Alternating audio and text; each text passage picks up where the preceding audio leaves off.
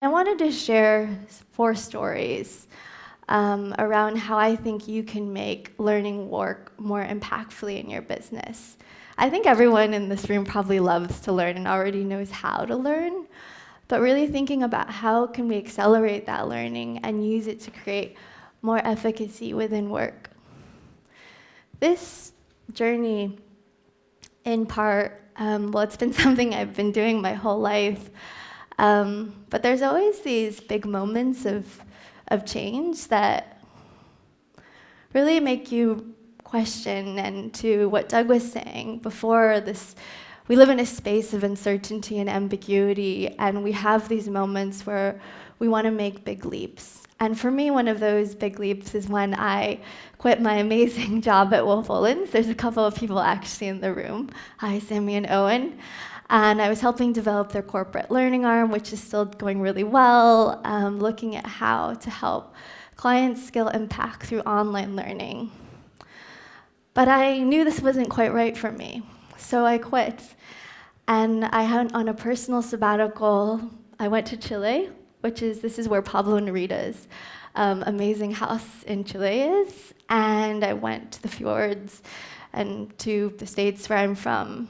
And I didn't know in my head what I wanted, but I knew in my heart that I wanted to do something that would help get to the core of what people loved, of what they were meant to do in the world, and to unlock more potential and to help people do more of the things that they loved at work, and to rethink the way that we did this through learning, and to approach learning in a way that I thought would be more effective and really built around people's lives.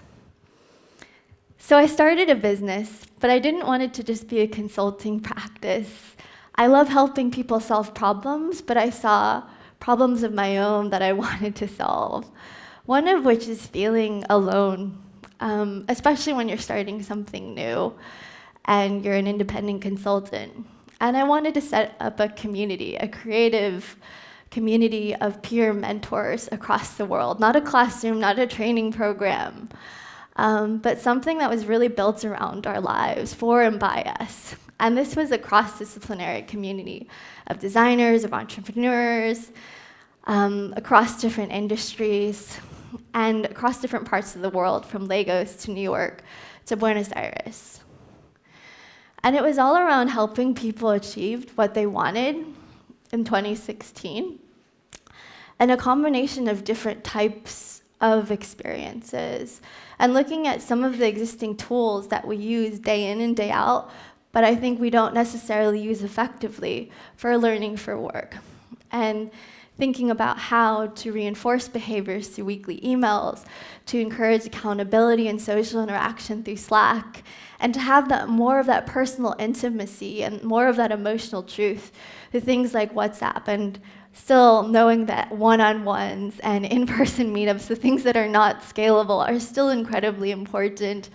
And knowing as well, to the point that Doug said earlier, that analog is also incredibly powerful. So people would also occasionally get the surprise handwritten letter or postcard from me.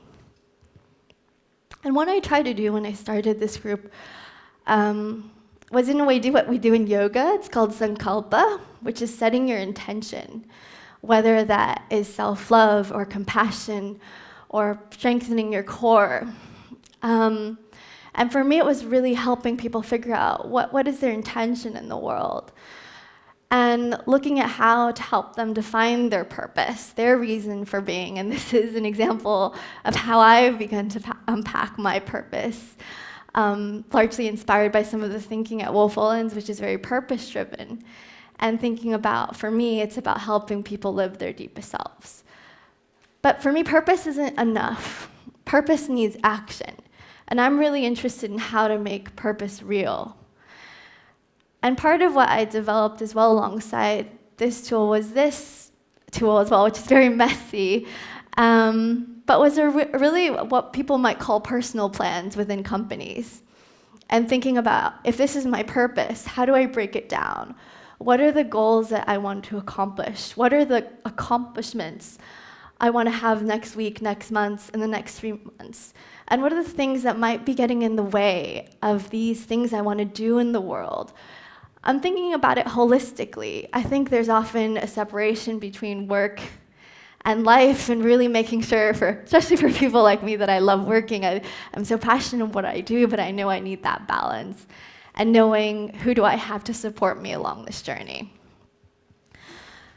And throughout that, having spacious reflection, making time and space to think that we are a culture obsessed with doing, we're afraid of obsolescence. And I love this book, I love the Do lectures, and I think that we are all trying to disrupt, we're all trying to do innovative things, but sometimes to innovate, we have to stop, we have to not do, and we have to pause and really reflect on why it is we're doing what we're doing, how we can do it better, and I think ultimately that will lead to better decisions, better actions, and better businesses. So part of how I tried to bring this to life through our community was through bite-sized thought provokers. So every week there was some type of challenge or reflection, potentially something like this, which is, what are you most proud of and why? And to share your thoughts on Slacks. So to simultaneously have that individual reflection, but also that collective engagement to hold people accountable and to get feedback on really important things. Which brings me to my next exercise for you. And I'd love for you to spend the next couple of minutes thinking about this. I'll give you a bit more time than the first exercise to think about what's the biggest work challenge you're facing and why. And now into our next interactive portion. I think it's always important to do these things with someone else. And this has been one of the most powerful exercises within Clue, is sharing challenges and getting instant feedback on it. So I'd love for you to introduce yourself to your neighbor, potentially someone you didn't come to the conference with, and share your challenge and get some advice, and then turn to them and listen to their challenge and get some advice. So if someone could find someone new, and I'll give you 5 minutes for this exercise.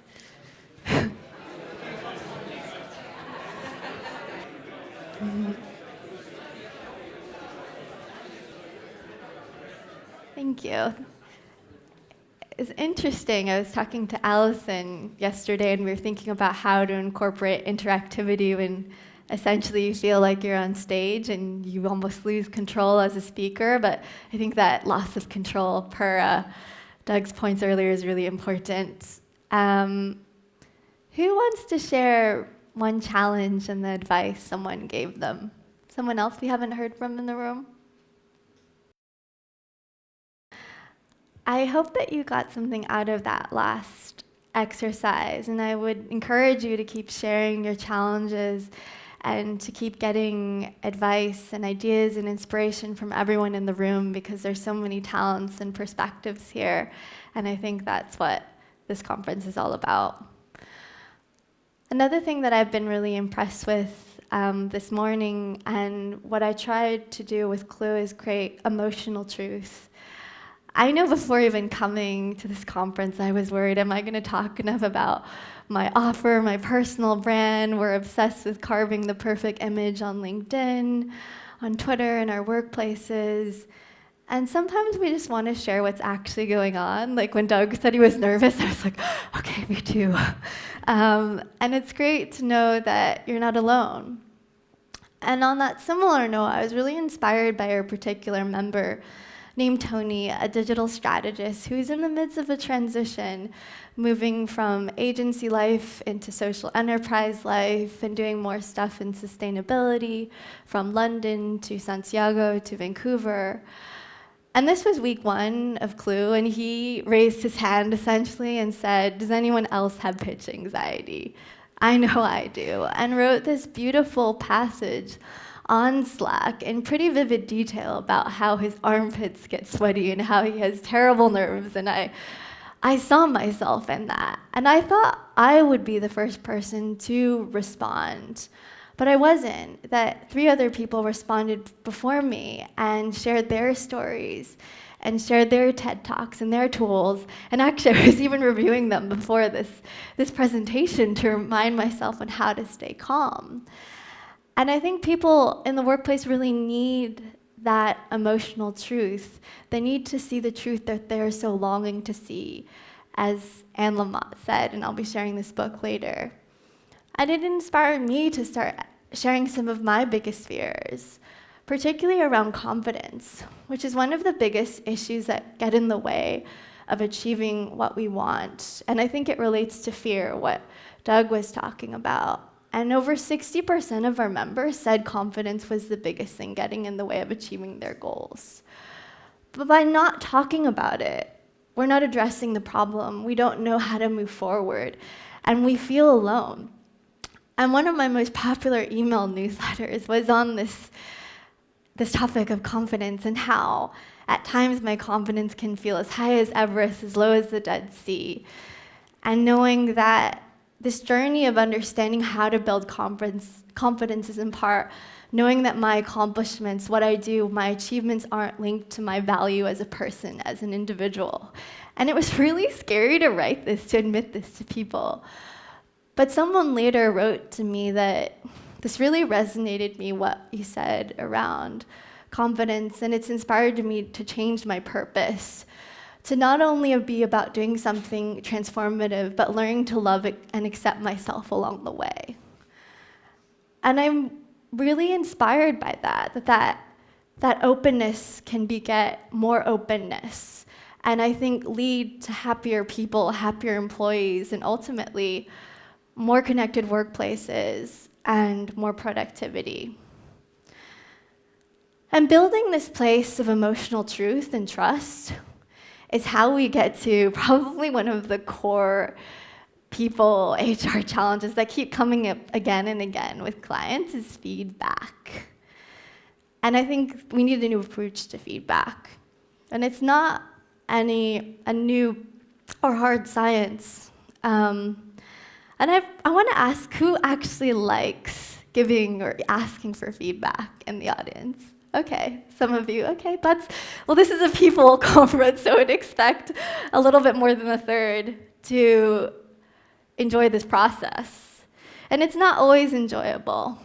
And I still, to some extent, don't like giving and asking for feedback. For many years, I was afraid of it. When I was 6 or 7 years old, I had to do a report on the planets, and I did it the night before. It was my first all-nighter as a kid. And my teacher gave me back my report. I was so scared, I threw it in the rubbish bin. Like, I had made the report not for the rubbish bin, but I threw it in the rubbish bin anyway. Until this day, I have no idea what grade I got. And that was in part because I was afraid that this would be a reflection of my self-worth as an individual.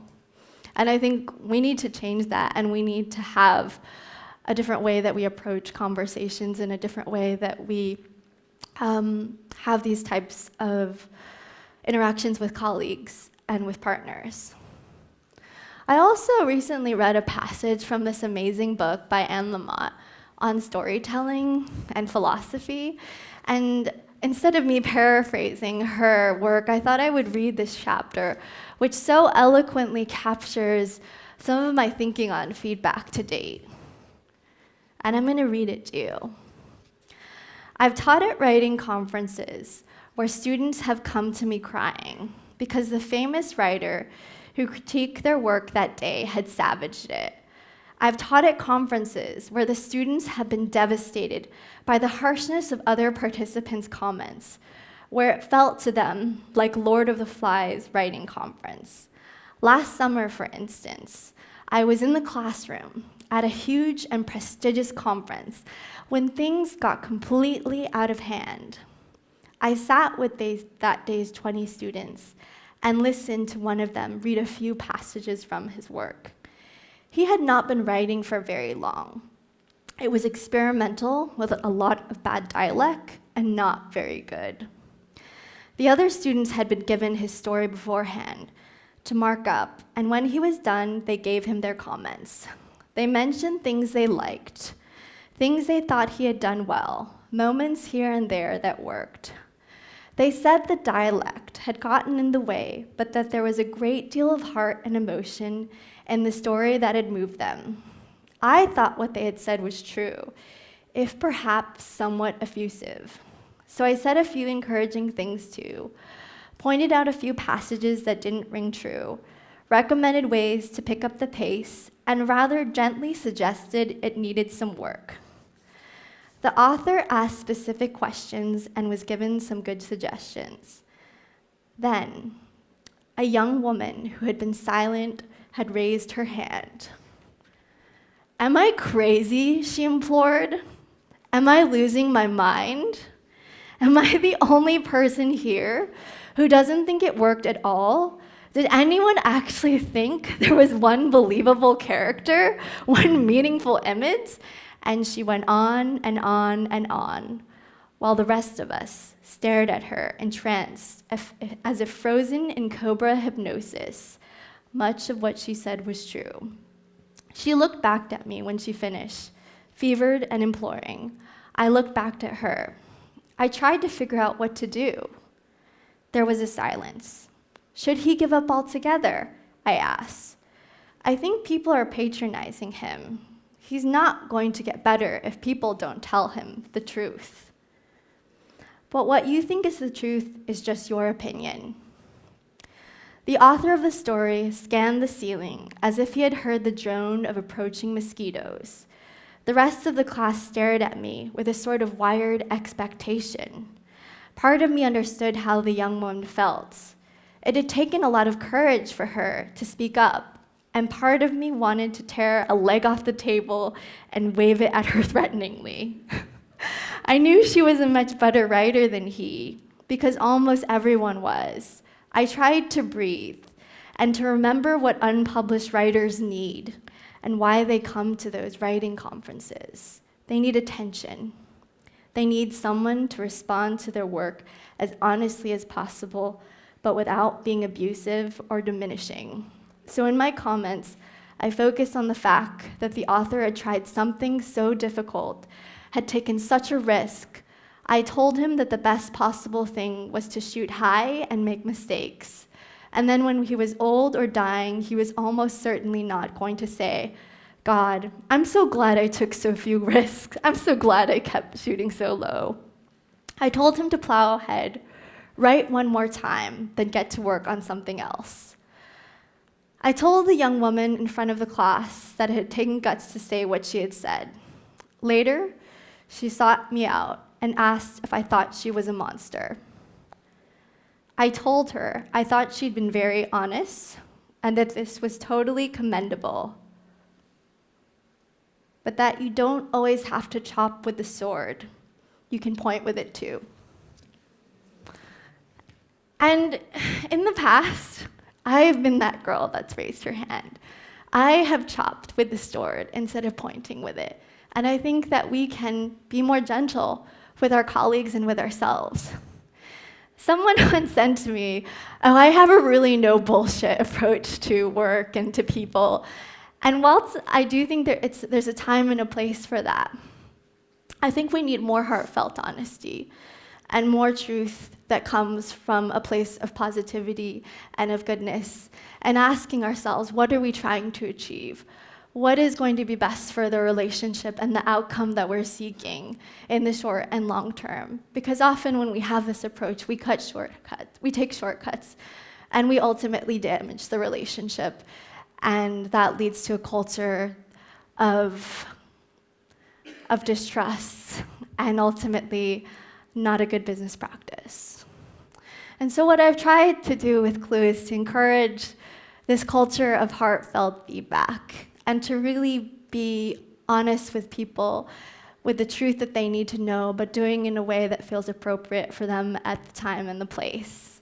And I think one way this is done really effectively, when you don't have the time to see people in person or necessarily one-on-one, is through WhatsApp. And I've set up these mini WhatsApp cohorts of 3 or 4 people. I'm a part of one called the 4 Musketeers, of these 4 amazing, badass women, where we get feedback on different challenges that we're facing. So this was a reminder for us to bring something to a session we were having at Dishoom where each of us were going to share a different project that we were working on and all get feedback on this. And I think these are small things that all businesses can do. So in summary, how can you turn learning into doing? I think it's about setting your intention, making space to reflect, as we're doing all the next couple of days, sharing what's actually going on, and getting and giving heartfelt feedback. And I think this leads to more impactful action. And I'm a strategist, so of course I have to show you why. Because this, based on survey results that I did with the community at the beginning of the 3 months and after, led to greater clarity of professional goals, an increase by 23%, and confidence they had the resources and knowledges and resources to make their goals happen, which increased by 42%, and everyone's saying they had achieved their goals or made significant progress. But these are just statistics, and what really matters to me is these connections and knowing that as a community, as people, we're doing amazing things together, which I hope to do more of at this conference. And a little bit of homework for you, which Andy has so cleverly echoed in his little cards, speaker cards, is as you go through this, thinking about what you've learned, what you want to share with your colleagues, who do you want to reach and impact with this new knowledge you're learning, and what can you do better now? How can you apply this learning to your job? Because that's what I'm really interested in, is learning for action.